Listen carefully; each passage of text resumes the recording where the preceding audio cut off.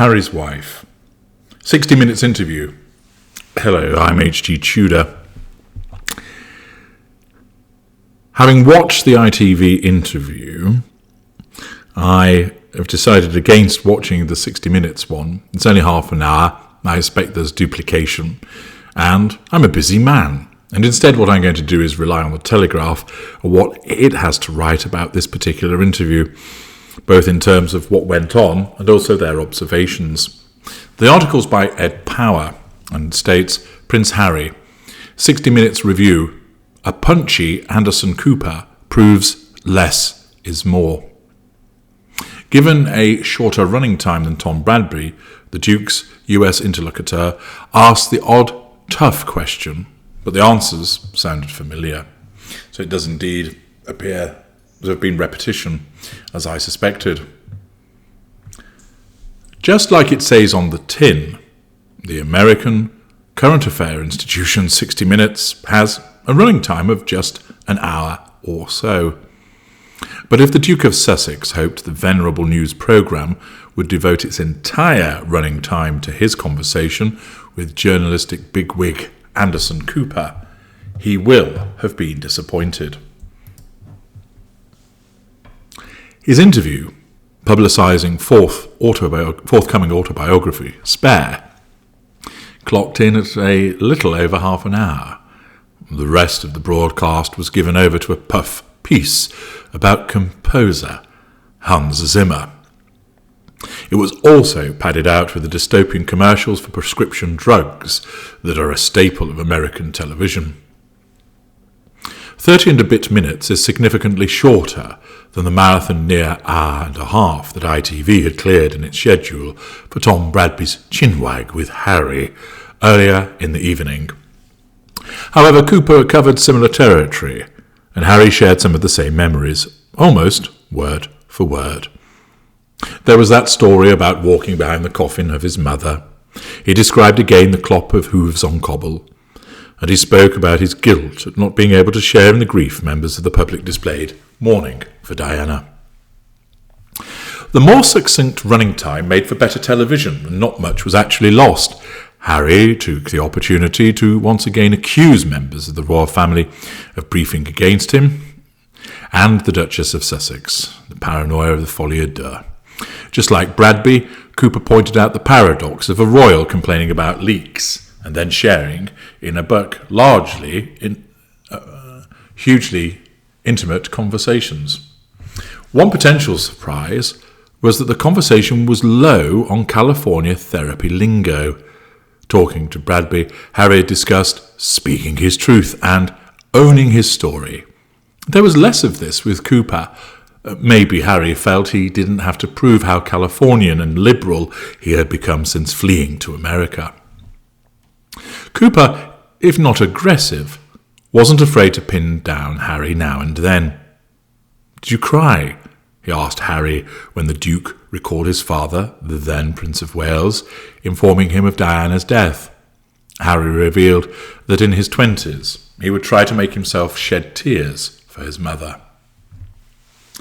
"I resorted to drinking heavily," he revealed. "I wanted to numb the feeling. I would resort to drugs as well. There was this weight on my chest that I felt for so many years. I was constantly trying to find a way to cry, going over as many memories as possible about my mum. Sometimes I would watch videos of Diana online, hoping to cry." Now, this admission raises a number of interesting points. William doesn't go on in this same vein. William has been just as affected by his mother's death as Harry, but he has dealt with it in a different way. That isn't a criticism of Harry. The criticism of Harry is the necessity of keep talking about it. And you'll notice that this necessity of talking about it has increased over the last few years. Why do you think that is? Prior to that, we knew that he was hard hit by the death of his mother. Who wouldn't be? You're 12 years old and your mother is snatched from you in tragic circumstances. And it was clear that he and William had a very close relationship with their mother. So it's understandable that any child, even I can understand that, would be upset and hurt by the loss of their mother. But it was not something that he would often talk about. There would be some that would say, well, he should do. Well, yes, but do so with your family. Do so with a therapist. Do so in a supported environment. You don't need to keep telling the world large about how upset you are that your mother was killed in a car crash. William has not done so. And actually, Harry didn't do so much previously.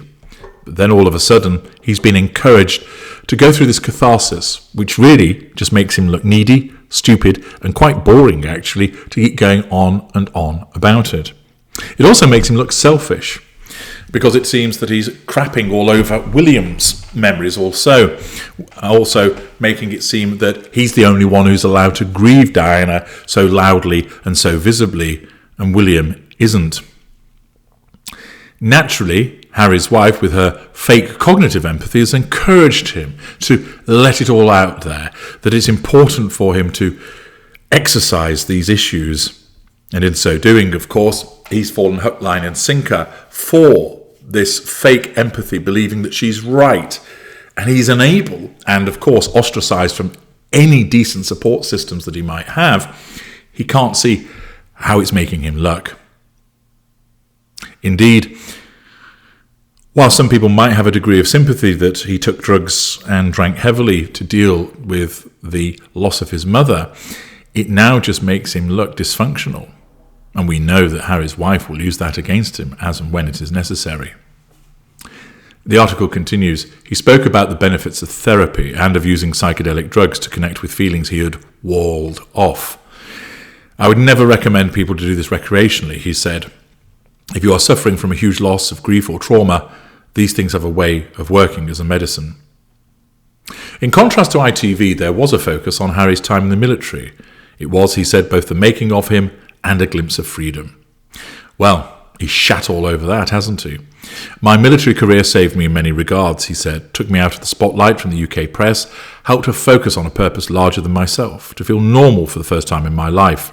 I was a young man in my 20s suffering from shock. As with the Bradby interview, the 60-minute segment suffered from the fact that all the juicy bits from Spare had already been leaked, and so there were few bombshells. Cooper did reveal that 60 Minutes had contacted Buckingham Palace seeking a response to Harry's accusations and complaints. The Palace had asked to see the segment before it was aired, something CBS refused to do. After the recent 6-part Netflix documentary Harry and Harry's Wife, and amid the media storm around Spare, even ardent royal watchers may feel they've had enough. Or perhaps not. Harry certainly hasn't. He'll be on Stephen Colbert's CBS chat show this Tuesday. It doesn't appear that the 60 Minutes show provided us with anything that hadn't really been seen in a longer interview. Much more of the same. And of course, much of the thunder has been stolen as a consequence of the leaked material already, which is quite amusing that Harry's wife has clearly had a hand in that, as I mentioned in parts passing, that she's also managed to steal the thunder of her spouse's buck, which of course is entirely typical of the behaviour of a narcissist. I'm H.G. Tudor. Thank you for listening.